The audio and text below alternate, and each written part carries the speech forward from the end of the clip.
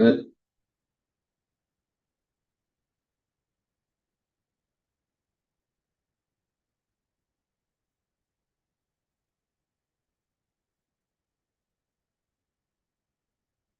Hare Krishna devotees, Danvat Pranam. So, welcome to day 5th of Gita Masterclass. And today we are very honored to have His Grace Atul Krishna Prabhuji. Hare Krishna Prabhuji, Danvat Pranam. Hare Krishna Prabhu, Okay. Dhamma Pranam. So, before we start, may we request Preeti Mataji to give a bit introduction of Prabhuji. Hare Krishna Gita Mataji. Preeti Mataji, sorry. Hare Krishna Preeti Mataji, Danvat Pranam. Hare Krishna Prabhuji, Danvat Pranams. Hare Krishna devotees, as we come together for the final day of a 5-day journey through the timeless teachings of the Bhagavad Gita, we find ourselves at a sacred threshold where knowledge becomes realization and devotion deepens into awe. Over the past 4 days, we have explored how the Gita reveals the divine qualities of the Supreme, the workings of the cosmic order, the nature of the soul, and the compassionate presence of God in our lives. Today, we culminate this exploration by turning our hearts and minds towards one of the most profound truths in the Gita, the boundless greatness of God. Today, we have with us His Grace Atul Krishna Prabhuji. Prabhuji is a dedicated monk and a senior preacher of ISKCON. Currently, Prabhuji is serving as the center in charge at ISKCON Greater Noida. With over 28 years of teachings of the Bhagavad Gita and other scriptures, Prabhuji has inspired thousands through his deep wisdom and practical insights. Prabhuji holds advanced spiritual qualifications, including Bhakti Shastri, Bhakti Vaibhav, and Bhakti Vedanta degrees. Prabhuji has traveled across India and abroad, UK, Africa, Middle East, etc., delivering seminars on topics such as mind control, leadership, life management. Prabhuji is a certified teacher and trainer under ISKCON's global education system. His sessions are known for their clarity, energy, and relevance to modern life. Prabhuji is a core team member of ISKCON India Youth Council. We commence today's class with the grace and blessings of the divine couple, Radha Madhav, Srilal Prabhupada, my Guru Maharaj, His Grace Sri Hari Prabhu, His Grace Anandi Jagannath Prabhu, and all exalted Vaishnavas joining us. Devotees, let us chant once to welcome His Grace Atul Krishna Das Prabhuji. Hare Krishna, Krishna Krishna, Hare Hare, Hare Rama, Rama Rama, Hare Hare. Over to you, Anand Rupa Govind Das Prabhuji. Over to you. Hare Krishna, Danvat Pranam to Atul Krishna Das Prabhuji, and Hare Krishna to all devotees assembled here. Hare Krishna. Thank you, Preeti Mataji. Atul Krishna Prabhuji, can we start? Sure, I'm ready if it's okay.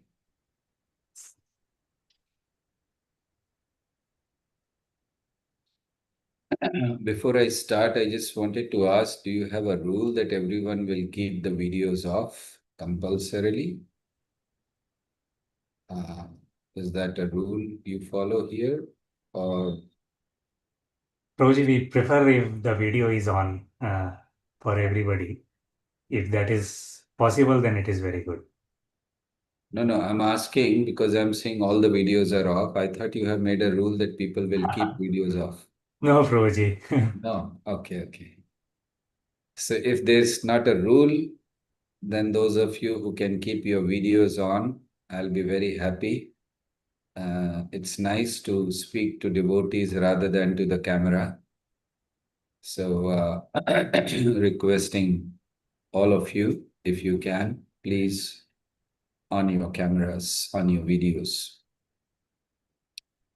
Okay. Om Ajnanatimirandhasya Jnananjanashalakaya Chakshurunmilitam Yena Tasmai Shri Gurave Namaha. Shri Chaitanya Manobhishtam Sthapitam Yena Bhutale Swayam Rupah Kadamahyam Dadati Swapadantikam Vandeham Shri Gurav Shri Utapadakamalam Shri Gurun Vaishnavamscha Shri Rupam Sagrajatam Sahagana Raghunathan Vitam Tam Sajivam Sadvaitam Savadhutam Parijana Sahitam Krishna Chaitanya Devam Shri Radha Krishna Padam Sahagana Lalita Shri Vishakhan Vitamscha He Krishna Karuna Sindhu Deenabandhu Jagatpate Gopesh Gopika Kanta Radha Kanta Namastute Tapta Kanchan Gaurangi Radhe Vrindavaneshwari Vrishabhanu Sute Devi Pranamami Hari Priye Vancha Kalpatarubhyascha Kripa Sindhubhya Vacha Patitanam Pavanebhyo Vaishnavebhyo Namo Namaha Namo Vishnupadaya Krishna Presthaya Bhutale Srimate Bhakti Vedanta Swaminate Namine Namaste Saraswati Deve Gauravani Pracharine Nirvishesha Shunyavadi Paschatya Deshatarine Jai Shri Krishna Chaitanya Prabhu Nityananda Shri Advaita Gadadhar Shrivasadi Gaura Bhakta Vrinda Hare Krishna Krishna Krishna Hare Hare Hare Ram Ram Ram Hare Hare Hare Krishna. Thank you very much for joining. I've been hearing that you're having this festival, Shravanotsav hearing festival for 5 days. You've been hearing different speakers on different topics. And today we are going to understand the greatness of Krishna, God, how great He is. We all hear this word. We have been hearing this from our childhood. God is great. How great, no one knows. But we have just been saying like this. So first of all, we should understand why this topic, how great is God?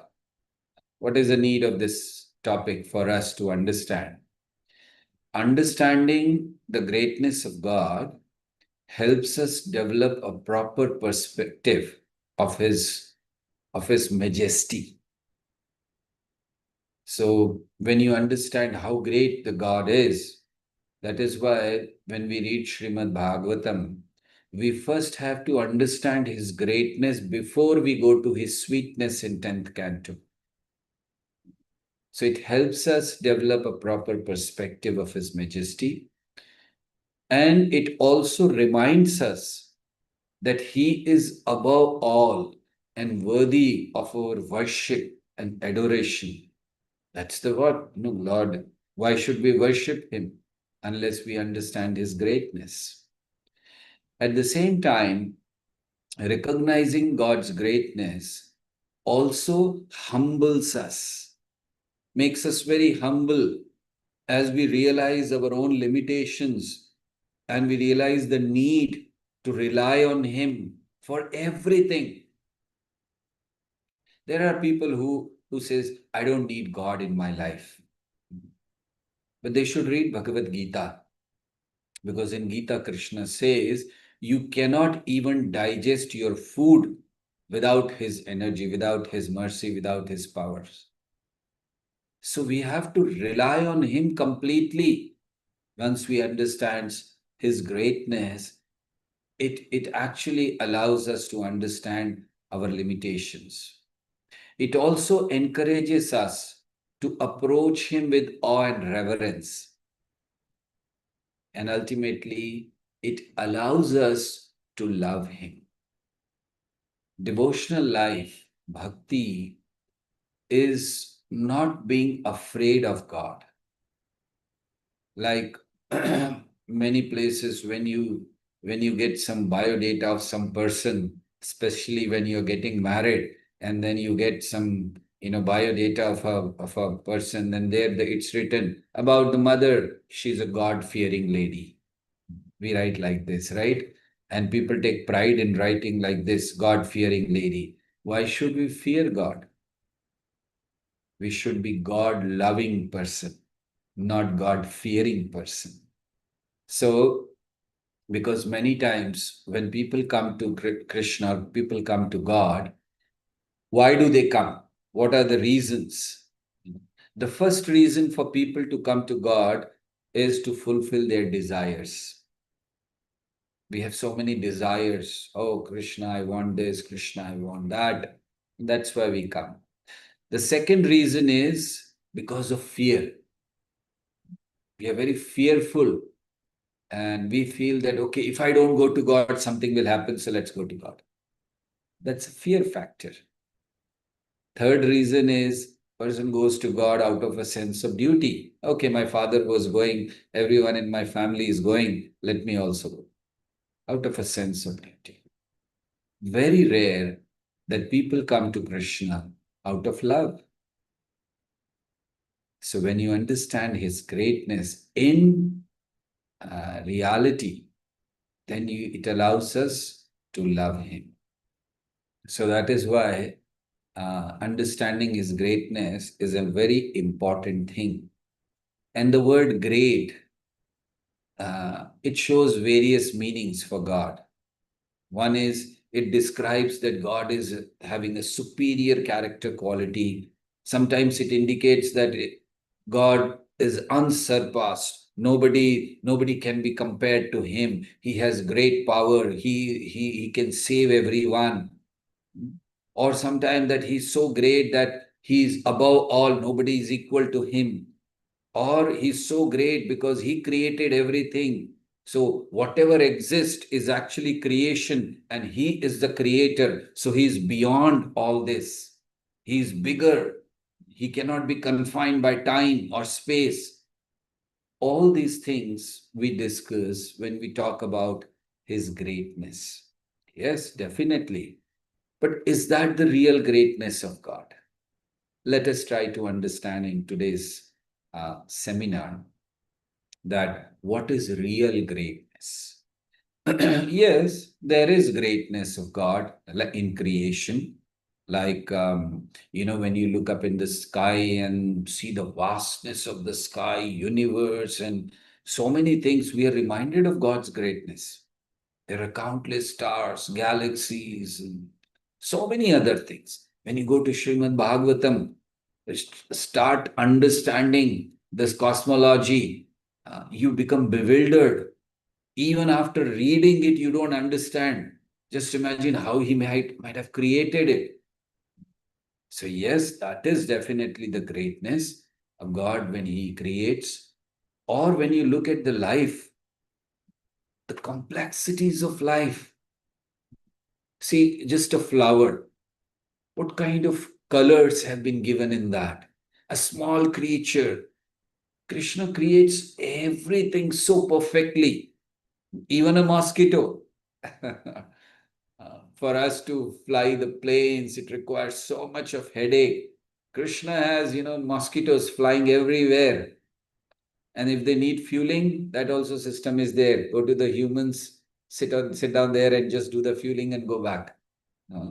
Everything is arranged for so that's we see how he has arranged. Not only that, the system, the order in the universe. Like we need oxygen for breathing. Now it's already provided. There are trees who are emitting oxygen, and we take that. So all that system, who thought about it?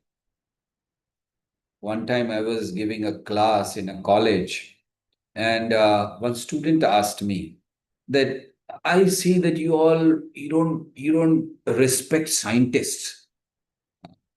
Do you think it's an easy thing for scientists? It takes a lot of efforts to discover so many things. They have discovered X-rays, they have discovered this, and It takes a lot of an effort. So why you all don't appreciate? And I told him, very, very good what you have said. I'm very grateful to you. Thank you for saying this. That to discover so many things requires so much of energy, so much of intelligence. But then I asked him, don't you think if just to discover what is already there, you require a lot of intelligence, a lot of energy, then what to talk of creating it? Why don't we think about the person who has created it? Why give credit only to the scientists? Yes, we give credit to scientists, they have discovered something, but we give the credit to Krishna, to God, who has created all this. So, yeah, when we look around us, we can understand the greatness of God. At the same time, the gift of grace that He gives, the mercy which He gives. So there are a lot of things which we can talk about greatness, greatness of His majesty, greatness of His holiness, greatness of His eternality, greatness of His mercy. He is very pure. No one is as pure as God. He is great in that sense. But for most people, especially those who are demoniac, Krishna's greatness hides his sweetnesses. Say, for example, when Krishna went as a peace messenger to Duryodhan before the Mahabharat war, so he tried speaking, he tried that the war should not happen. But then Duryodhan did not agree. And then Duryodhan tried to arrest Krishna. And then Krishna showed the universal form, the giant, great universal form. And then everyone was stunned to see that. So they could not see Krishna's sweetness, but they were amazed to see Krishna's greatness. Whereas for the devotees, Krishna's greatness gives way to his sweetness. So they don't, yes, they appreciate Krishna's greatness, but then they are attracted to Krishna's sweetness. So Krishna's sweetness actually surpasses his greatness. Like his love surpasses the laws he has made. In Bhagavad Gita, Krishna says, after speaking about so much about dharma throughout the chapters of Bhagavad Gita, in the end he says, Sarva dharman parityajya mami ekam sharanam vraja aham tvam sarva papebhyo mokshishyami ma shucha. Says, don't worry. Give up all varieties of religion. Just surrender unto me. I shall deliver you from all sinful reaction. He has promised that. So what is that? That is mercy. So there is justice and there is mercy. When we talk about the laws of nature, if you have performed certain things, you're bound to get certain reaction. This is called justice. But when we talk about Krishna, when he says, just surrender unto me and I will take care of everything, that is called mercy. Like, in our country also, in India, there is a system of mercy. Suppose somebody has been punished and given a punishment by Supreme Court of India, that this person has committed a murder and he is supposed to be hanged till death. That's given. And if you just write a petition, it's called mercy petition to the President of India. And if President of India signs it, nobody has the power in the country to ask the President, how dare you leave a murderer? He was supposed to be hanged. No, but he has the power. So if in such a small country, this could be there, why not it can happen with Krishna? So when we write mercy petition to Krishna through the devotion, then what happens is his mercy takes over the justice. That is why never complain that, oh, Krishna did not do justice to me. Because if you do justice, then you will be in trouble. But Krishna always showers mercy. So that is his greatness. So glorifying Krishna, we should glorify Krishna. If you glorify Krishna 24 hours a day, it's not sufficient to cover his glories. Krishna's glories are so unlimited. Suppose you have unlimited number of reporters writing an infinite number of stories about his activities, teaching, qualities. They could never in all eternity even come close to, scratching the surface of what glories he has. That is Krishna's glories. But at the same time, Krishna becomes very accessible. He has made us so readily available. Let's talk about that mercy, that greatness which Krishna has, that in spite of being such a elevated, such a great, such a personality of who has created everything, he still is available to us in the form of deity, in the form of Hare Krishna Mahamantra, in the form of Bhagavad Gita, in the form of Srimad Bhagavatam. We can access him. We can associate with him. Like when we talk about the deity form, deity is not an ordinary, we should say, just a form of the Lord or just an idol, as they say. No. It is said that Krishna expands himself into various forms. He expands into Vyuha forms, he expands into Antaryami forms, he expands into avatar forms, so many different forms. But all the powers he gives in the deity form for us to interact, for us to access his mercy. And same thing with the Mahamantra.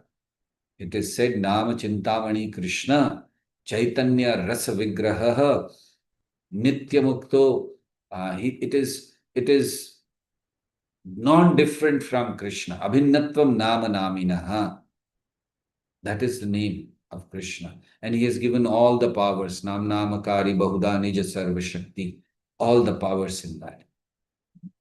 So that is Krishna. And his glories, what can we know? Even the demigods do not know their glories. It is said, and Chaitanya Charitamrita Prabhupada writes, that once the demigods were observing Lord Chaitanya and Nityananda walking on the streets of Navadvip. So they were in the heaven and they were watching Chaitanya Mahaprabhu and Nityananda Prabhu walking on the streets of Navadvip. They thought they were seeing two moons. So because of this, they mistook their own heavenly abodes as earth and earth as heavenly planet. Like when we are on earth, we see moon on top and then we know, okay, that is heavenly planet. So they were in the heavenly planet, they were seeing two moons on the street, so they misunderstood. They thought, okay, maybe we are on earth and that is heavenly planet. And they were just thinking, how is it possible? Two moons at the same time together, never before. How is it possible? So someone was saying, let me tell you, one of them is the original, the other is a reflection. The other said, no, the son takes after the father in all respects. So one is the father moon, the other is the sun moon. So it all started like that. But then they could not understand. They could not describe the glories. Demigods also get bewildered. In fact, Vedas are inadequate to fully describe Krishna's glories. So if a devotee can fully understand and appreciate even one pastime, one quality, or one instruction of the Lord, that will be sufficient for him being delivered. That is the greatness of Krishna. He is fully competent, he is completely manifested even in the slightest portion of his unlimited glories. So we don't have to know everything about Krishna. And that is not possible. Even Krishna does not know everything about him. How is it possible? We can say, oh, Krishna is all-knowing, he should know everything. Yes, he is. But his glories are unlimited, expanding it every second. So that he also doesn't know what are his glories. So if God doesn't know his glories, how can we fully understand his glories? So what we hope, we simply have to understand whatever we can about him to get out enough to know to get out of this material world. That is sufficient. So now what we are trying to do, the topic is greatness, how great it is. So let us understand this word great in terms of Krishna's greatness. So this word great is spelled as G-R-E-A-T. So let's understand this, how great Krishna is through this word great. So the first letter for the word great is glorious. G. G stands for glorious. Krishna's glories are unlimited and ever expanding. All the scriptures are singing his praise. Bhagavad Gita says, "Na me vidu suragana prabhavam na maharshayah aham adir hi devanam maharshinam cha sarvashah." So Bhagavad Gita, 10th chapter says that "Na me vidu suragana." Suragana means demigods. Na me vidu, they cannot know me. Prabhavam na maharshayah. Even the sages, great sages, they cannot understand me. Why? Why is it that they cannot understand? Aham adir hi devanam maharshinam cha sarvasha. Because I am the source of all the demigods and maharshis. So Krishna says, even demigods cannot understand me. The great sages cannot understand me. Then how is it possible for us to understand? So the first letter in the word great is G, which says Krishna is glorious. His glories are unlimited. Second letter is R. R stands for ruler.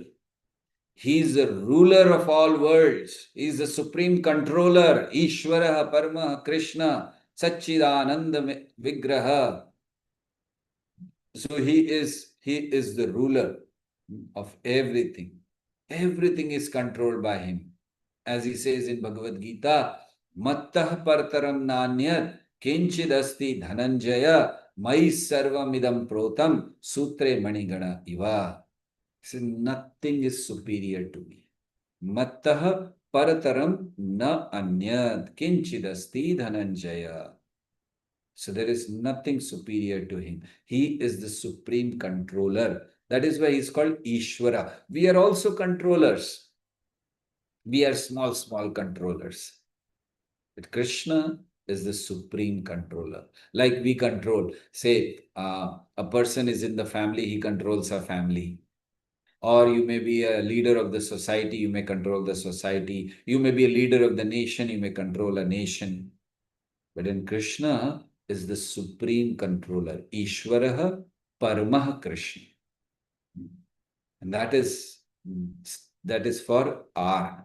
So we are trying to understand word great. I hope you all will remember, because after the lecture I'll ask you. And yeah, at least this you can explain what is the meaning of the word great. So great, G stands for, as I said, glorious. R stands for ruler. And then E stands for eternal. Krishna has no beginning and no end. He exists eternally in the past, present, and future. In Bhagavad Gita, Krishna says, Ajopi sanna vyayatma bhutanam ishwaropi san prakritim swam adhishtaya sambhavamya atma mayaya. So he says, Ajopi. Aja means he is unborn.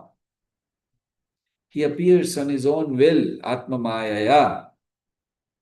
So, Krishna is eternal. What is the meaning of being eternal? It just doesn't mean that Krishna is always there. It also means Krishna is always with us. That is the meaning of being eternal. Even in our previous life, we were in different body, or even suppose due to some of our sinful activities, we were in hell, Krishna was there with us as a friend, Suhridam. So Krishna is always there with us. Being eternal means what? Just imagine who can be always with you, even in your previous life or the life before that. Krishna was always there. So that is why he is the friend. People just glorify Krishna and just say Tumeva Mata Pita Tvameva Bandhu Sakha Tvameva. But it is not just for glorifying, it is for understanding. He is always there for us. Just imagine who can be always with us. Even in hell, we were suffering, Krishna was there. Don't worry, it's only for some time. We'll go out. So Krishna is always there. Whenever we are in trouble, we may feel that Krishna has left us. He never leaves us. That's a nice story about a person who was fully dedicated. And he said, okay, Krishna is there with me. So how do I know? He was walking. So when he was walking, he could see one more imprints of the steps. So he could know, okay, Krishna is walking with me. So after some time, the difficult portion came. It was very difficult to walk there. And he saw only one pair of legs going there, only one pair of signs on the mud. So then he was very much disturbed that when trouble came, Krishna left me. Before that, he was there with me, and now he left me. How is it? So he asked Krishna, and Krishna says that I didn't leave you, I lifted you. That is what Krishna says in Bhagavad Gita. Vahami aham. I will carry what you lack. So Krishna is like that. He's a loving father. He is a loving person. He loves us. It is only that we have to turn to him. We have forgotten to turn to him because we have so many other things to turn to. We feel that this person can save us, this, my money will save me, my position, my power, some powerful person will save. This is the symptom of Kali Yuga, that we don't depend on Krishna. But Krishna, whether you like him, you don't like him. Whether you accept him, you don't accept him. He's always with us. That is Krishna. That is eternal. That makes him great. So he's glorious, he's the ruler, he's eternal, and then A stands for all attractive. The very name Krishna means one who attracts everyone. All living being, with his beauty, with his qualities, with his strength, with his love, with his mercy. That is all attractive. Sarvakarshakaha. He draws all the souls towards him. He's like a magnet, pulling everyone, such a powerful magnet. He's all attractive. You see, when he went to the arena of Kamsa to kill Kamsa, he entered the arena and everyone was attracted to him. There were young girls who looked at Krishna and they were looking, oh my God. They were saying, the gopis of Vraja are so fortunate that they were seeing Krishna every day. And then there were elderly gopis who were looking at him as a son. And they were saying, wow, if I had son like this. Then there were friends who were looking at him. So everyone was attracted to Krishna. And this we see throughout. Krishna is so attractive. Wherever he goes, wherever he stays, he attracts everyone. Then the question comes, why our heart says not attracted to Krishna? He is so all attractive. Why am I not attracted to Krishna? Because I'm attracted to so many other things.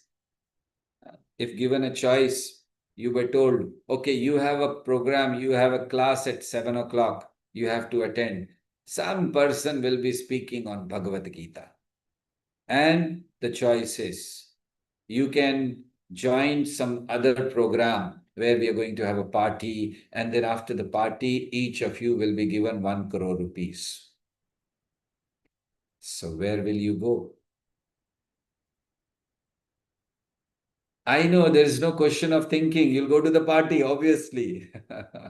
No Bhagavad Gita that we can hear later also. YouTube pe rahega, whatever. We don't bother, but we can do that.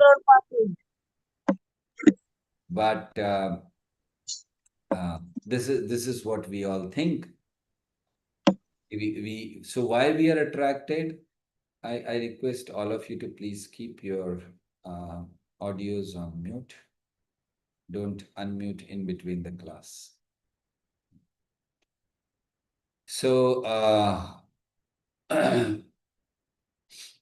yeah, I was saying that because we do not understand the importance. So now question is, if Krishna is all attractive, why am I getting attracted to money? Why am I getting attracted to fame? Or why am I getting attracted to famous personalities? Like, okay, we had a class here at 7 o'clock. At the same time, in your neighborhood, a very famous film star was coming. And then what would you do? Do you still attend Bhagavad Gita? No. So why am I not attracted to Krishna? The reason is not that Krishna doesn't have the power. The reason is our heart is rusted. You know, iron filings or iron, when you keep iron and magnet together, iron has a natural tendency to be attracted to magnet. So Krishna is a very powerful magnet and we are like iron. We should naturally be attracted. But if iron is rusted, then even if you keep it very close to the magnet, it doesn't get attracted. So why we don't have attraction to Krishna? Because our heart is rusted. There is rust of lust. So we need to remove it, and then by the process of bhakti, and we'll always be attracted to Krishna. So Krishna, that's his greatness. He's glorious, he's ruler, he's eternal, he's all attractive, and T stands for transcendental. Krishna is beyond everything. Janma karma chame divyam evam yo vetti tattvataha tyaktva deham punarjanma naiti mameti surjanam.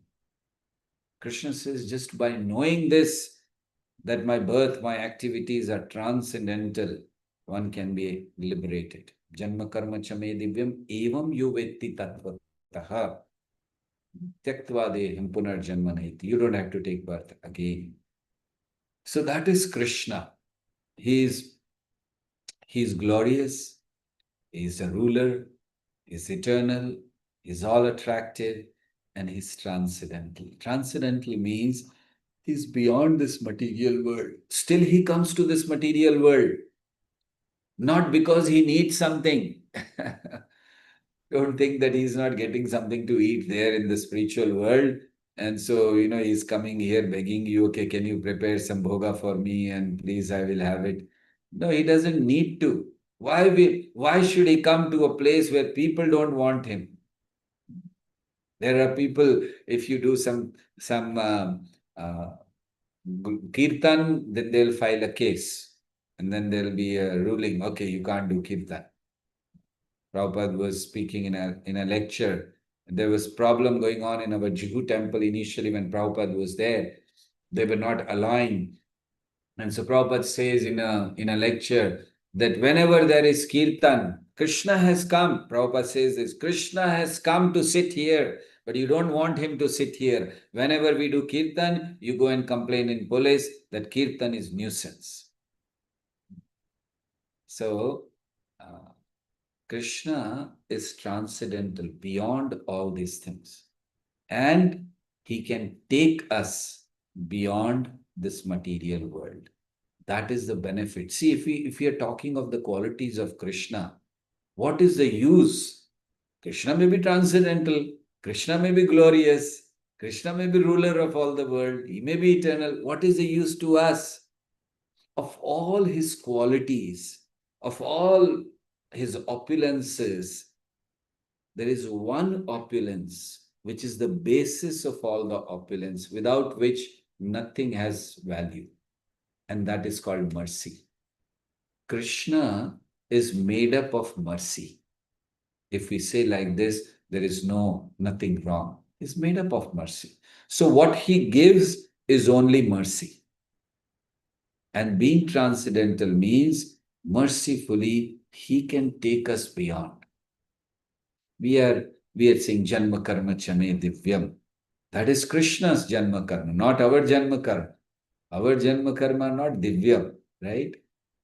We are just wasting our time in this world if we are not performing devotional service. It is said that when Krishna performs activities, we call it pastimes. Krishna's pastimes. And when we perform activities, it is called time pass. That's all in this world, nothing else.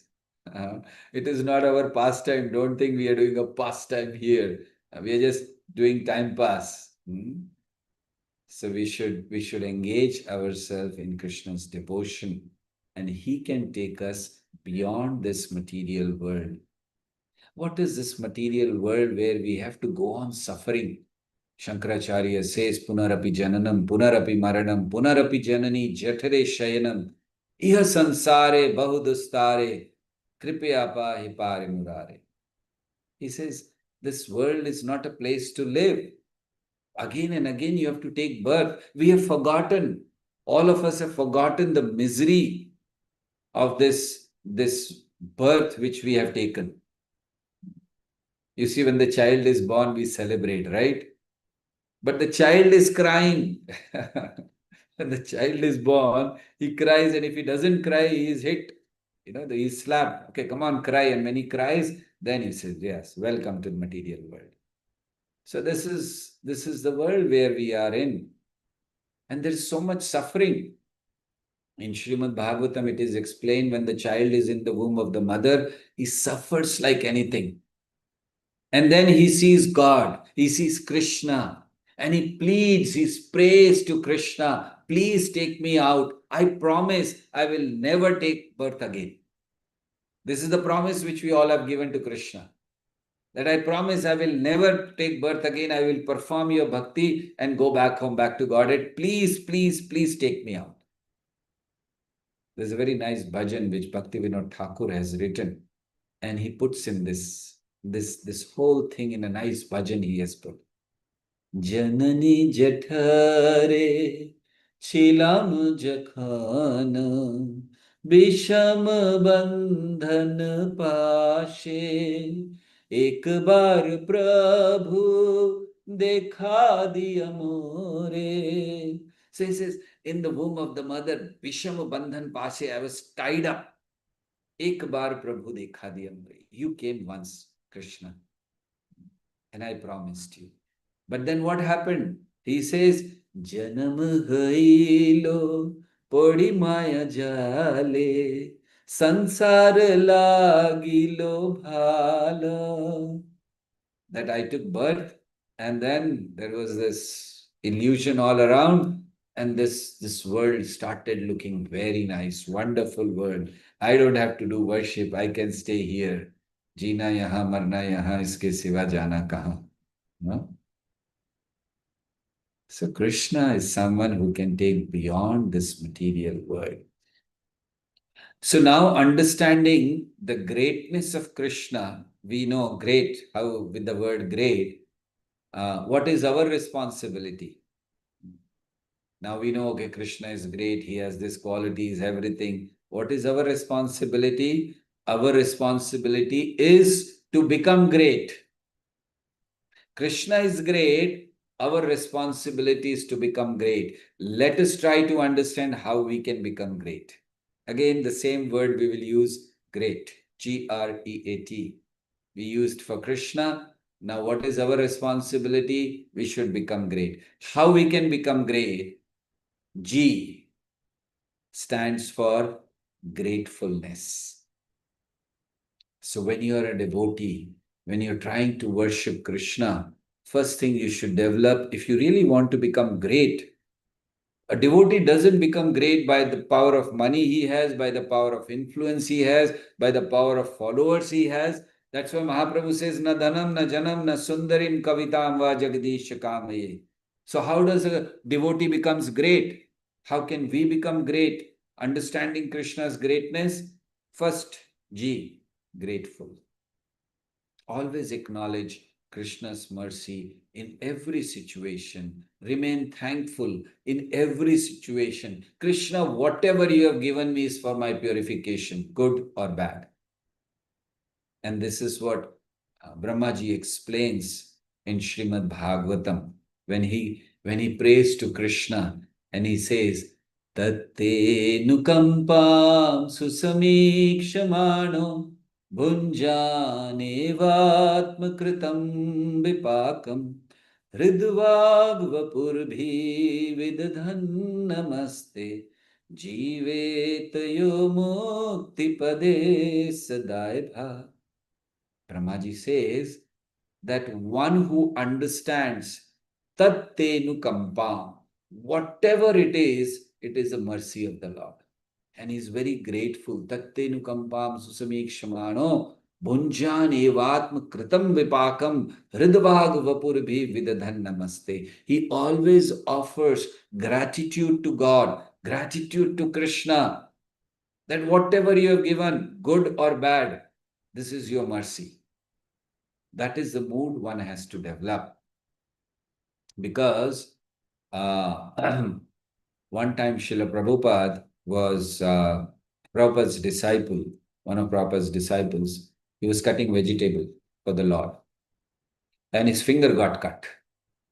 So he came running to Srila Prabhupada and said, Prabhupada, I was cutting vegetable for the Lord, not for me. Why did my finger got cut? And Prabhupada said, due to your karma, your head was to be chopped off. But because you are serving the Lord, only your finger has been cut off. This is called Tattenu Kampam Susamikshamano. Everything is mercy of the Lord. This is how we should see the situation. We should not blame God for everything. Oh, this thing has happened. I offered you so many coconuts every day. And still, I lost my money. We should not blame God. Everything is His mercy. One who understands this, Brahmaji says, liberation becomes his right. It's your right then. You don't have to run after liberation. Tattenu kambam susamikshamana bunjane vatmakritam vipakam Ridvag vapurbi vidadan namaste jive to you mukti pade sadai bhag. Daibhag means it's your right. What is your right? Mukti pad. Just by being grateful to Lord. This is the first quality a devotee should have. If you really want to be great, yes, so be grateful. Every situation be grateful. And Krishna will definitely shower mercy. I usually tell one story when I speak about this particular quality, that there was a king and a minister. The minister had this habit of saying, whatever Krishna does is for the best, is good. So one time, and minister used to be always with the king. Wherever king used to go, minister used to go. So one time they both went to some place and king's finger got cut. And you can imagine king's finger got cut. The minister should have offered, oh, sir, I'm so sorry, this, that. He immediately said, whatever Krishna does is good. So the king got very angry. King said, put him behind the bars. How dare he tell me my finger got cut and he's saying it's for good? So he was put behind the bar, minister. The king, after a few days, went for hunting in the forest. And in the forest, there were tribals who wanted to offer a human sacrifice. So they were looking for a man and they got caught hold of this king. And he was telling them, oh, I'm the king. He said, forget it. Chalo, take him. So they took him for sacrificing. They were about to chop off his head. When the leader of the tribes, he stopped. Wait. Look at him. He doesn't have one finger. And we cannot offer a person who's not complete to God, to their God, to goddess or whoever they were offering. So then they said, okay, leave him. So he was left. The king was so happy. And he realized the minister had told that when my finger got cut, whatever Krishna does is the best. And I realized today. So he came running back and he released the minister immediately and told him what happened. But then he asked minister, okay, my finger got cut, it was nice. But when I sent you to jail, you were still saying that whatever Krishna does is for good. What was good in you being in the jail for so many days? Then he told Maharaj, wherever you go, I accompany you.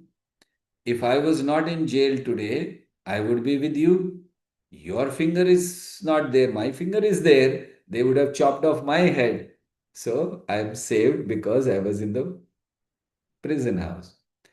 So this is how we understand that whatever is there. So always be grateful to Krishna in every situation. Never blame God for anything.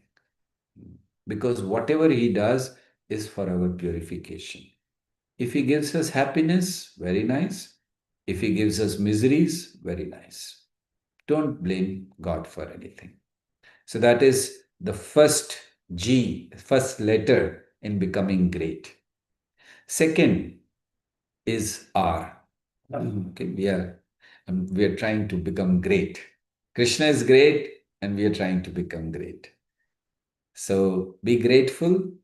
Second is R is regretful.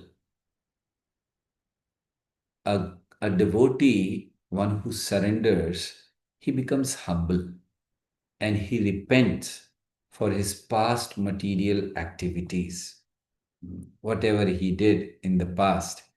That is why if you see the Acharya's songs, they always say, I am a very sinful person, please deliver me. I have done this, I have done that.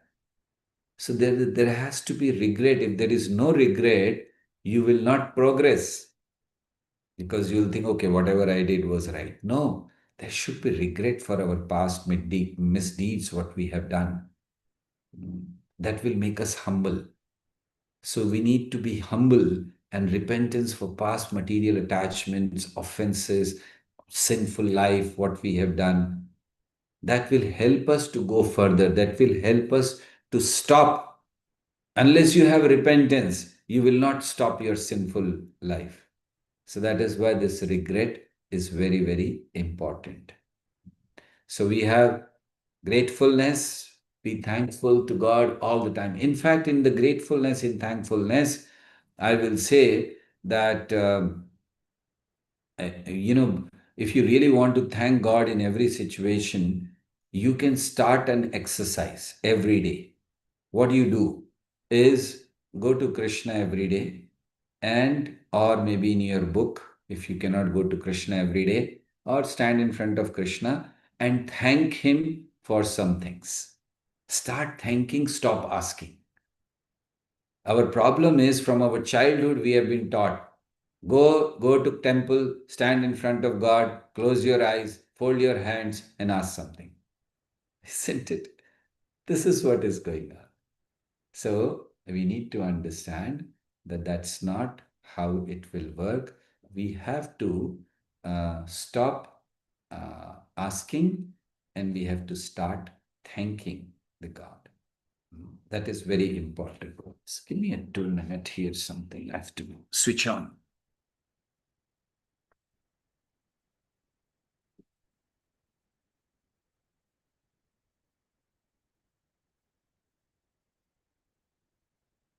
So this is required for us that we should start thanking. So do this exercise. How many of us thank Krishna for having 10 fingers? Right? Have you ever thanked Krishna? Thank you, I have 2 hands. Thank you, I have 2 eyes. Thank you, I have 2 ears. There are so many people out in the world who do not have hands, who do not have eyes. Have we ever thanked Krishna for that? No. We take it very lightly. So start thanking Krishna for this. And so that is called being grateful, and then be regretful that so many years you wasted without serving Krishna, without understanding his greatness, without loving him. We were so engrossed in so many other things that we never looked at him. He was always with us, but we never looked at him. That is regret, should be there. The third is we're going for great, G-R-E. E is engaged in service. So yes, you should be very grateful. And how do you show your gratefulness? By engaging in service. There is no point just being regretful. Okay, I've done this, I'm a useless person. No, okay, be regretful, but uh, at the same time, be engaged in service. So if you really want to become a great person, a great devotee, then you should always be engaged in devotional service. Kechit kevalaya bhaktya vasudeva parayanaha. In Srimad Bhagavatam, 6th canto, it is said that if a person who has adopted complete unalloyed devotional service, Kechit kevalaya bhaktya, so he can uproot the weeds also of sinful action if simply by discharging devotional service. Nihal, so bhaktya, kevalaya bhaktya. Just perform devotional service, just perform the service, and you can be away from your sinful reactions. So E stands for always engaged in service. You should seek out the service of Krishna. See, through service, love comes. The mother usually serves the child, and that is how the love develops. Every mother has done this service to the child, and then the love develops. So similarly, we have to serve the Lord to develop the love. So always be engaged in service. So how will you become great? Be grateful, be regretful, and be engaged in service. And then the word comes is A. A means accepting Krishna's will. Whatever plan Krishna has, accept it. Just go ahead, accepting Krishna's will, accepting Krishna at every step, accepting his mercy, whatever he is giving, accept it. Accepting Krishna's will is very important. As Krishna is keeping you, Maro bhi rakho bhi jo ichha tohar. Krishna, you want to kill me, kill me. You want to protect me, protect me. I don't bother about it. I'm surrendered to you. So this is called surrender. Accept whatever.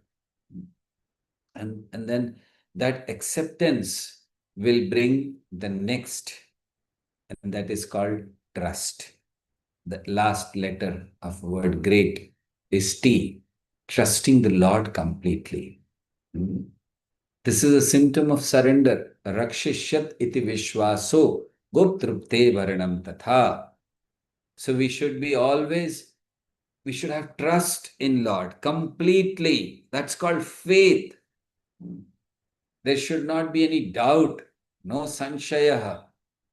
So that's required. Trust the Lord completely. So become great by being grateful, by being regretful, by being engaged in service, by accepting Krishna's will, and by trusting him completely. Firm faith should be there. He's there to protect. During the war, when the battle of Kurukshetra was going on, so one night, one evening, Bhishma declared, tomorrow I'm going to kill all the Pandavas. And just imagine who said Bhishma Dev, not an ordinary person. So everyone was disturbed, including Krishna. So Krishna was in tension. Oh, tomorrow he's going to kill my devotees. How should I protect? Arjuna was sleeping. Obviously, it was night time, so Arjuna was sleeping. And Krishna was walking from here to there and here to there. Okay, what will happen? And he looked at Arjuna. Arjuna was peacefully sleeping. No tension at all. So then he went and he woke up. Arjuna, please get up. Arjuna just got up. What happened? The war has started or what? So he said, no, war is, why are you sleeping? Arjuna said, it's night time. I'm supposed to sleep. So he said, don't you know that Bhishma has declared that tomorrow he is going to kill all of you? Are you not scared? Are you not afraid? Are you not in tension? So Arjuna was sleeping. Arjuna said, you are there not to take tension. Let me sleep. And then he slept again. So that's like, Krishna is there. Why bother? Rakshishyat iti vishwaso. He will take care. Prabhupada used to give this example, like when Prabhupada was in family life. One time Prabhupada was traveling in a tram in Calcutta with his young son. So the child was very small, and the conductor came to take the ticket, to ask for the ticket.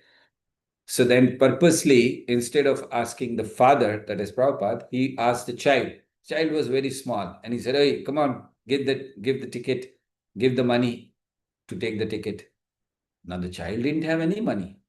So the child looked at the father, saying, as if he was saying, "He's there, na? Why are you telling me?"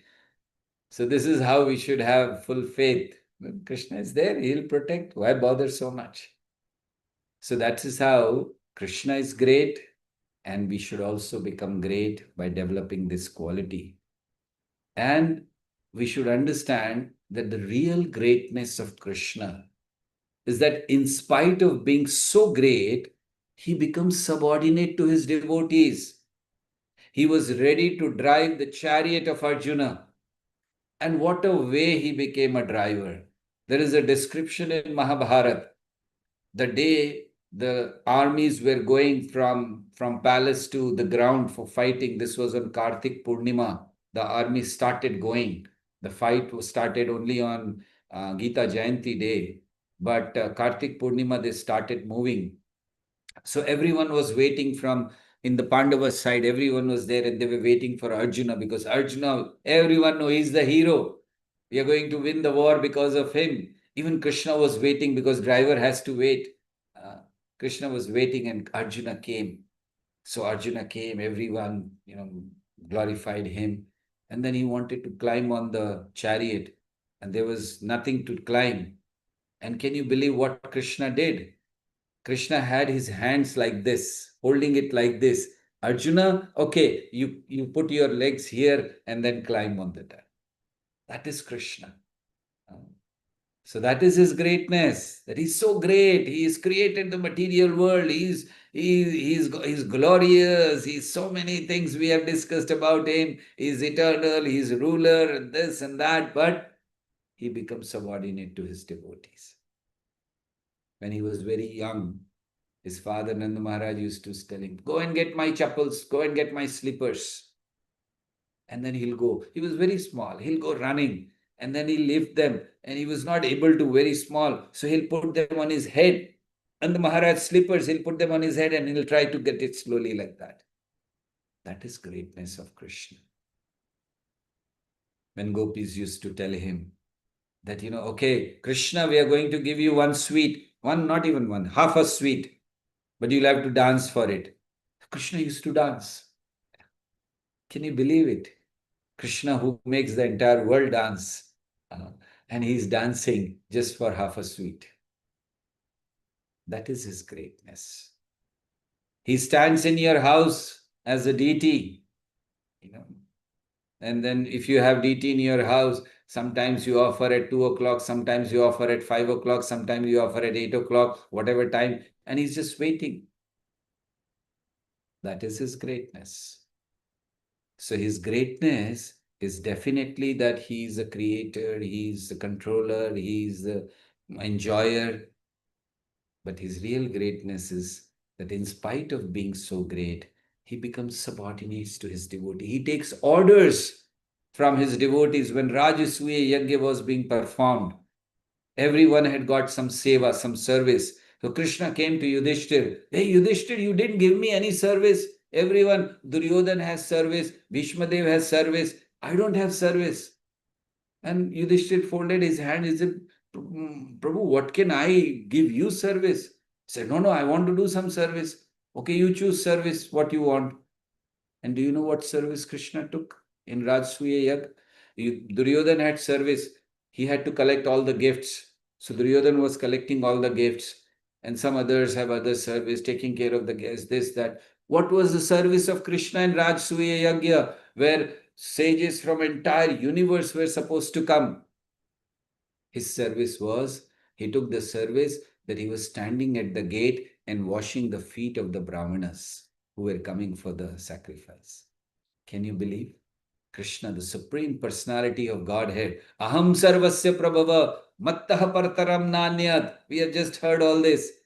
And he's standing at the gate of his devotee, washing the feet of those who are coming. And that is why Narad Muni came to Yudhishthir. And he said, Yudhishthir, do you know why all these sages have come? Sages from all over the universe, not just earth. They have come here to this sacrifice. Do you know why?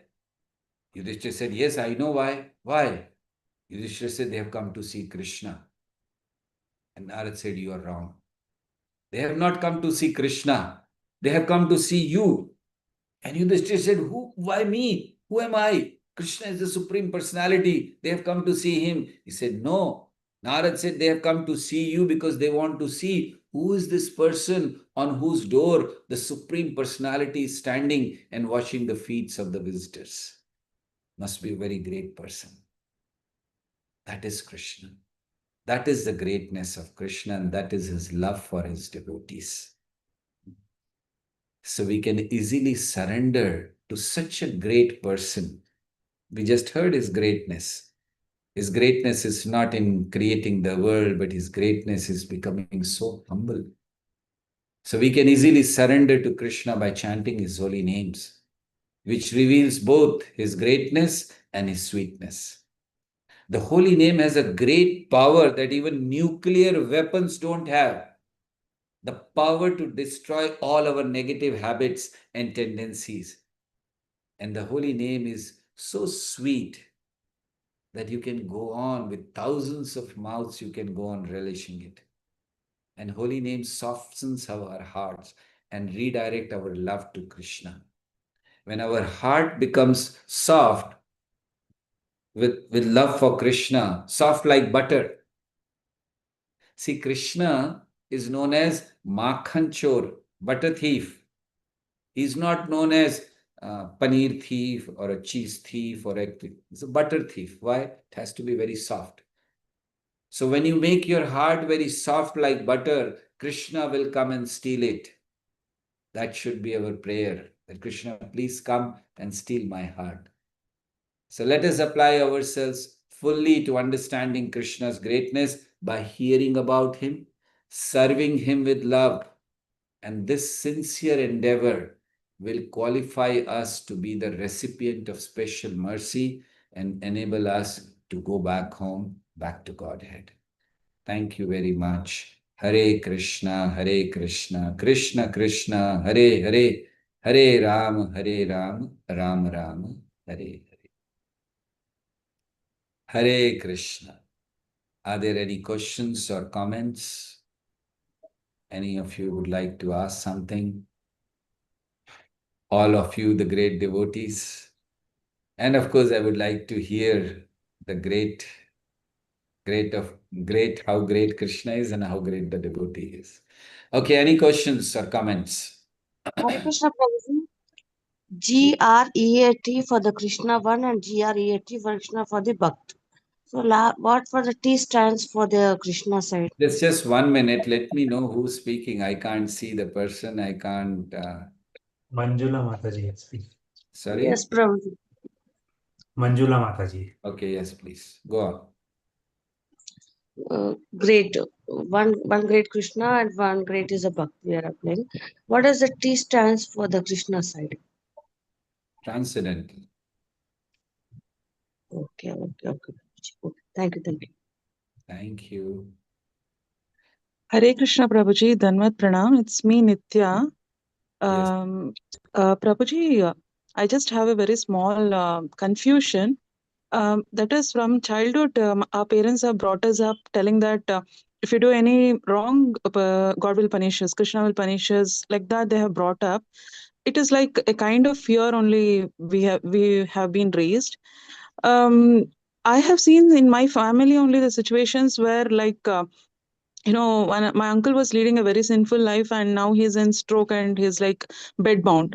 So is this people say that see, Krishna has punished, it's God punished him like that because he was not listening to anybody and he led, and few more examples. So Should we not do any mistakes at all, Prabhuji? And how does the God actually treat us is my confusion actually. Okay. See, I feel it is not possible for us to live a life without making mistakes. We generally do that. And please understand, when you make mistakes, when you commit sinful activities, it is not Krishna who's punishing us, it is the material nature. There are laws of nature, which has been made, of course, by Krishna. But then he doesn't directly punish us. It is he has made the laws of the world and it's going on. If you do this, you'll get this punishment, you'll do this. Prabhuji, that means we need to abide by the laws of nature and we Mataji, need to let me fear the laws complete. of nature, is it, Prabhuji? Yeah, Let me sorry. complete Okay, first and sorry, then, Prabhuji. okay? Yes. So there are laws made by Krishna. So whatever punishment is being done is done for material nature, not by Krishna. Now we have committed so many sins, not just this lifetime, maybe millions of lifetime, that will keep getting these reactions because of the material nature. So the purpose now, what should we do? So that means we just go on suffering? No. What we have to do is surrender to Krishna. When you surrender to Krishna, all the reactions of millions of lifetimes are wiped off. Not just this lifetime, but only on condition that henceforth we will not commit any sinful activities. Henceforth, we will follow the rules and regulations of the devotional service or the nature, whatever is given. So once that is done, then we come out of this cycle. Otherwise, it goes on. You commit another sinful activities, another reaction. Because of that reaction, again sinful activities. So it just goes on. So we need to come out of this cycle. We need to surrender to Krishna. So once you surrender to Krishna, it is not that Krishna punishes us. He is always merciful. But the material nature definitely punishes us. Yes, you can continue your question. Prabhuji, and even in Krishna conscious, once we are in Krishna consciousness, we practice devotional service and chanting, all that. But then we do come across difficulties. So how to handle that, Prabhuji? Should we like how to we have to just pray God and rely on Krishna only? Like how to carry on? All those troubles, once you start performing bhakti sincerely, and then whatever troubles come in your life, they should be accepted as mercy of Krishna, because that is for our purification, number one. Unless we get such kind of trouble, we won't be purified. Second, Krishna feels that this person was supposed to suffer for next 50 lifetimes. But then I don't want him to suffer for 50 lifetime. I want his suffering to be over in this lifetime only. So he condenses it, he reduces it. So whatever you were to suffer in 50 lifetimes, a portion of it is given in this life. Even though you're performing devotional service, that is given. So that is why it is mercy. Otherwise, you'll have to suffer for 50 lifetimes. So that's Hare how. Krishna Prabhuji. Hare Krishna Prabhuji, thank you so much for answering. This was like questions which was haunting me for a long time. And thank you so much. And the class, I thoroughly relished the class by you, Prabhuji. Thank you so much. I'm very fortunate to attend your class. Thank you, Hare Krishna. Thank you. Thank you, Mataji. Yes, we have Praveen Prabhu. We have Praveen Prabhu to ask next question. Yeah, Praveen Hare Prabhu. Krishna Prabhuji, Dandavat Pranam. Hare. Prabhuji, earlier in the Katha, you mentioned that when we were in the womb of our mother, we all made promise to Krishna, and we were in great difficulty, and basically we want to just came out to out of that womb. So why it did not happen to us, Prabhuji, that we can realize of that, we can experience that difficulty, and so that we never forget Krishna in our life. Because we hear this from our parents, from our gurus, from our preachers, that we face some difficulty, and it was like it's like almost like hellish thing, right, to be in the womb of mother. Right. And we plead to Krishna, and Krishna is so merciful that he's always is merciful. But why people do not realize this when they, come out of the womb of their mother, even if they realize 1% of that, they will never forget Krishna. Yes. So that's why this process of devotional service to remind you that we have forgotten. So why do we forget? The reason is given in that bhajan itself. It says, Adare rachele swajane rakole. So it's because of the effect of the environment and our mind. See, mind, the same mind we are carrying, which was there in previous life, although the body has changed, mind is same. So that mind has an impressions or the tendency to enjoy, which is there from millions of lifetime. Now to remove all that, it naturally happens even in this lifetime, we can understand. If you are in severe trouble, you go to Lord and you say, please save me this time. I promise I will not do it again, this, that. But then after some time, when the problems are over, then you start doing that again. Right? Because the mind is so conditioned to enjoy and to be away from Krishna for millions of lifetime. Now, by the process of bhakti, we are trying to bring it back. So one reason why we are not able to is because millions of lifetimes of impressions are there in the mind that doesn't allow. Second, to get something very, very precious, if you don't struggle, if you get it cheaply, you won't have the value, right? So suppose you just get it like that. Yes, bhakti. Okay, you know. Okay, I'm supposed to. You'll miss it. But something which you have struggled for, so you have suffered, and you're struggling, you're hankering, and finally you get it. You'll understand the value of it. So that's why here in this world we have to struggle. Manashasthani indriyani prakriti sthani karshati. Krishna says in Bhagavad Gita that with mind and senses we have to struggle.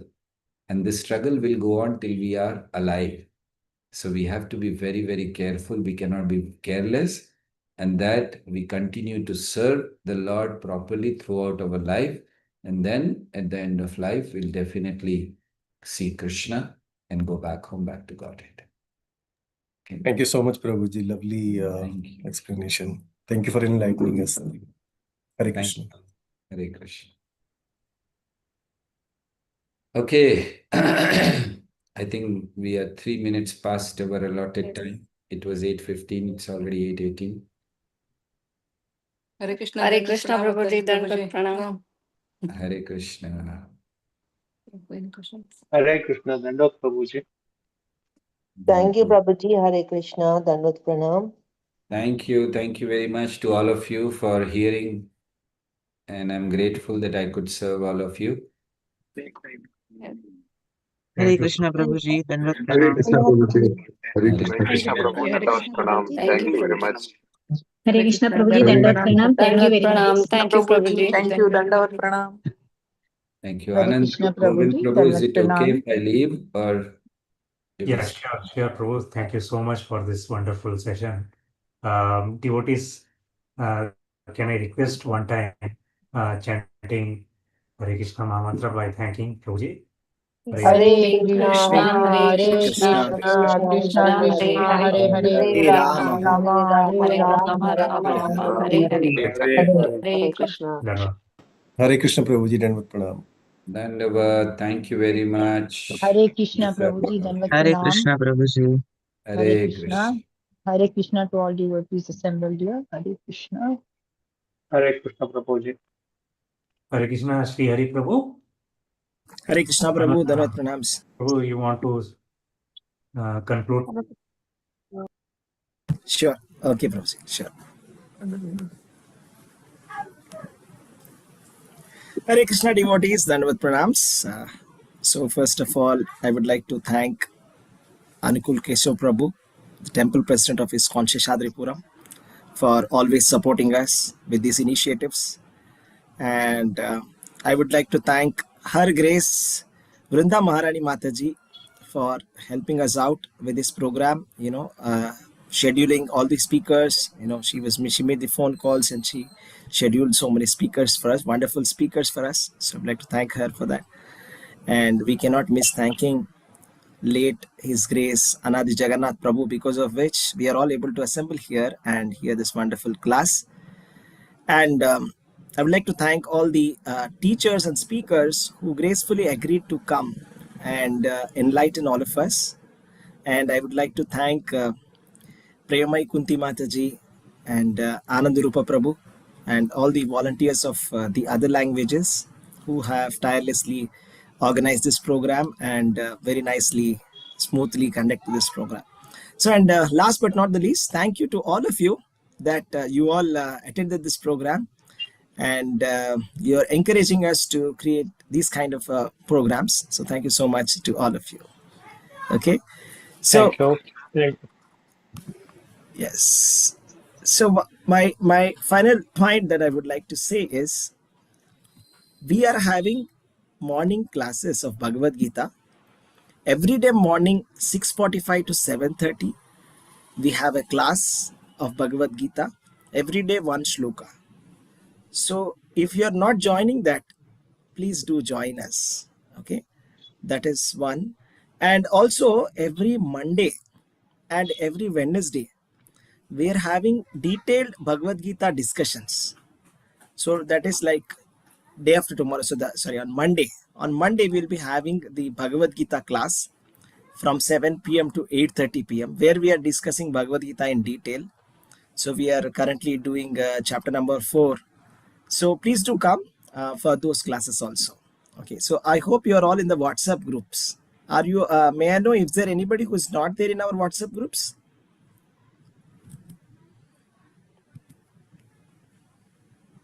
Is there anybody who is not there in our WhatsApp groups? So, Prabhuji, you will be providing the link for all these lectures that will be happening in the future?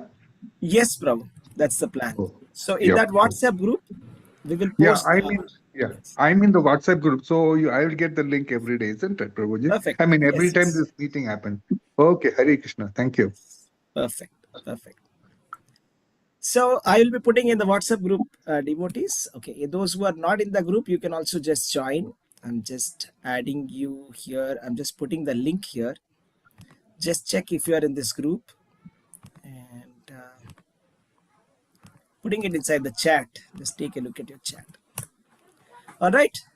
So thank you, devotees. Thank you very much. Prabhuji, another request from you, Prabhuji. Sorry to interrupt. No problem. Please. Can you have some in the Srimad Bhagavatam, such lectures of Srimad Bhagavatam canto-wise, that will be very sort of help us. We are retired people. We are reading the Srimad Bhagavatam. So sometime between 10 and 11 or something like that in those range, where you can arrange such meetings, is it possible, Prabhuji? I don't know. I'm just requesting. Actually, sure. Every Saturday morning, like today's Friday, tomorrow morning, okay, at 6:45 to 8 o'clock, we have Bhagavatam class every Saturday morning. Are you doing lecture, canto-wise or random? We are going canto-wise. Right now, we are in the 4th canto, around 22nd chapter or something. Okay. Thank you, Prabhuji. Yeah, please do join us. We have a session tomorrow morning. Sure. Thank you. You'll be putting us in the link, isn't it? Yes, I'll put the link in the group, Prabhu. Yeah. Okay, great. Apart from that, we also have Bhagavatam reading on Tuesdays and Thursdays. Every Tuesday, Thursday, we are reading Srimad Bhagavatam. 7 p.m. to 8. Okay, so you're welcome to all of these classes. Hare Krishna. Hare Bol. Okay, I hope you all like these classes. If you have liked these classes, I would request you to please put a review for us on the Trustpilot. We have given the links. Okay, so how was the class? I would like to hear if anybody wants to talk. Just share us, like, what did you like? Or Prabhuji, definitely it refreshes from our readings. See, from our readings, we gather a limited sort of understanding of the verses. So with this sort of lectures and, it sort of brightens up those learning, or reading what we are doing every day on the slokas, So it will be encouraging if we can really do such things, Sure, Prabhu. Thank you for sharing your thoughts. Sure. Yes. Any other devotees want to just share their realization? How was this 5 days for you? Just share your excellent, thoughts. Prabhu. Very good. Yeah. worthwhile topics, rather, I would say. Yes. Thank you very much, Prabhu. Hare Krishna. Hare Krishna. Yes, devotees, any Hare other Krishna. devotees? Yes, Prabhu, go ahead.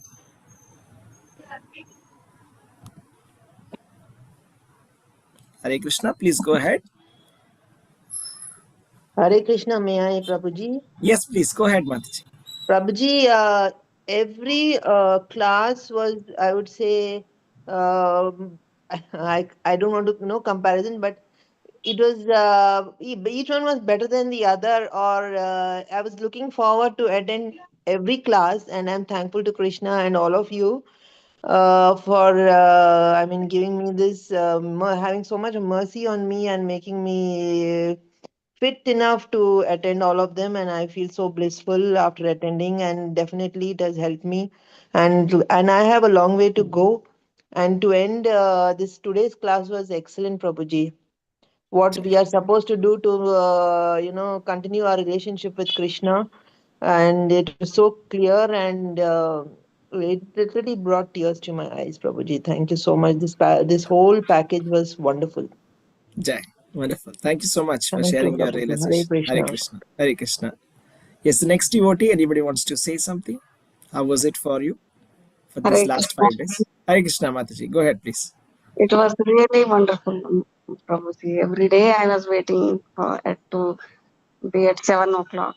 It was like so beautiful, wonderful feeling when we were listening to the lectures. Prabhuji. Thank you very much for arranging the Yes, class. welcome, Mataji. All glories to Srila Prabhupada. Thank you for sharing your realization. Yes, go ahead. Next one. Siddhi Mataji, you want to say something?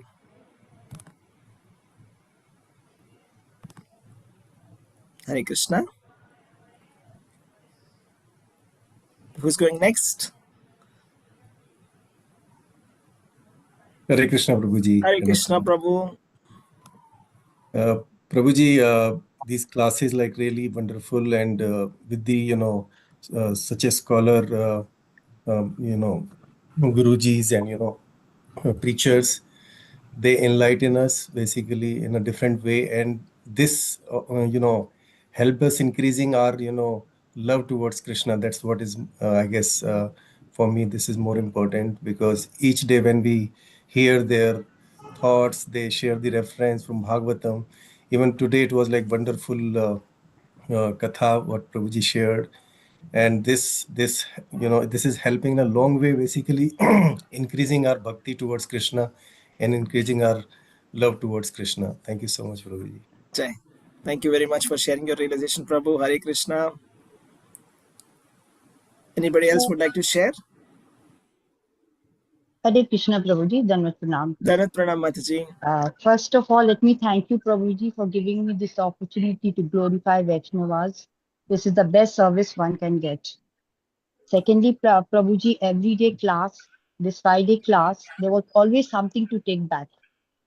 Like one Prabhuji said, while chanting when we are disturbed, and we try to bring back our minds to the chanting, the Lord sees this effort and He's more pleased.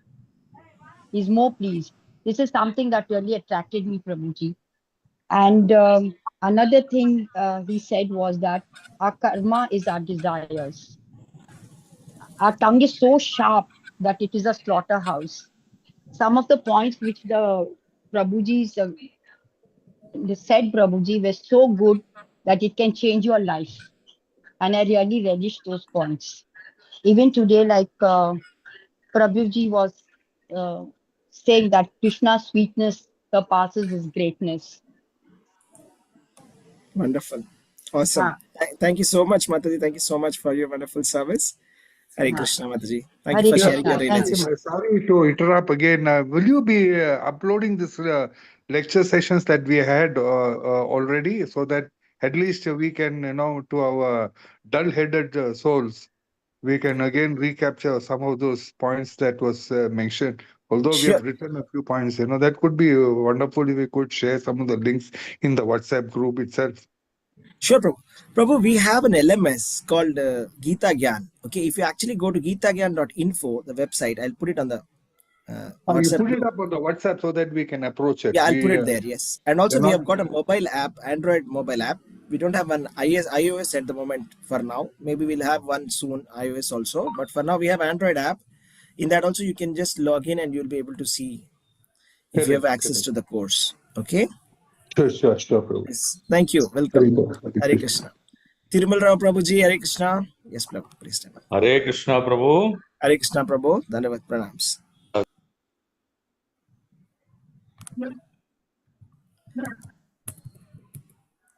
I think we lost the connection. I think we lost. Prabhu got disconnected. Okay. Prabhuji, this is Siddha Kumar here. All the classes were nice. I attended. It was funny, difficult to unmute. Now I got it. All Yes. the classes are nice. Amazing. I attend every day. It was really super. So I should thank everyone. Dandavad pranams to everyone, all the individuals. Classes were really fantastic. Thank you very much. Hare Krishna. Hare Krishna Mataji, welcome, and all glories to Srila Prabhupada. Thank you for giving your association. Hare Krishna.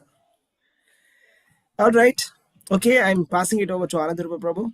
Anandarupa Govinda Prabhuji, over to you. Hare Krishna. Thank you, Prabhuji. Thank you so much. Thank you, devotees. So not only we should take all the advantage, we should also tell our friends and families to join the classes. Daily we are having one shloka to start with the day. So please tell your friends, families, and you also please be regular and join every day. And every Saturday there is a Bhagavatam class, same time, same channel. So please do join. So thank you so much for listening 5 days patiently. So we'll look forward and see you again. Prabhuji, just a small thing. Is there any schedule which is like little later? So currently, I guess most of the sessions, whether it's reading session or classes, they start 7 in the evening. Is there any session which is like little later, like 7:30, or can we push maybe 1 or 2 session to 7:30? So schedules are there. I mean, so what time you prefer, Prabhu? After 7:30 evening? Yeah, Prabhuji. Because of the office, because sometime I end up, missing maybe initial half an hour or, sometime. So if it can be little half an hour later, then maybe we can. Prabhuji, are you already there in the group? Yes, Prabhuji, I'm there. Prabhuji is regularly joining. Prabhuji is joining regularly. Yes. I join also, Prabhuji. Sometime I miss because of the office. So if let's say, I'm not sure, but if we can like make it like 7:30, then it will be, we can join from the beginning. We'll try, Prabhu. It's a little difficult because No, Prabhuji, it's absolutely fine. It's absolutely fine. I was just thinking if there's any schedule from 7:30, so then Not at the moment. Maybe we will see on Saturdays or something. We can have a little late night class or something. Sure, Prabhuji. Thank you so much. Okay, we'll plan something like that. Thank you, Prabhuji. Prabhuji, this morning classes that you're having at 6:45 or something like that. Yes. People like us, we do our japa from morning 4 o'clock. We end up only at 7 o'clock and then, do some other things. And so it'll be a little tough for us to attend all those classes at 6:45. If you can sort of make it at 7 o'clock, okay, at least I can sort of squeeze myself into the timing last slot. Actually, Prabhu, by the time we finish our prayers and start the class, it's almost 7. Class. Okay. So we start with the prayers and the just reading the shloka. By the time it starts, it's almost like 7 only, anyways. So 7 to 7:30 you can hear. It's no problem. All right. Okay. Yes. Hare Krishna. Thank you.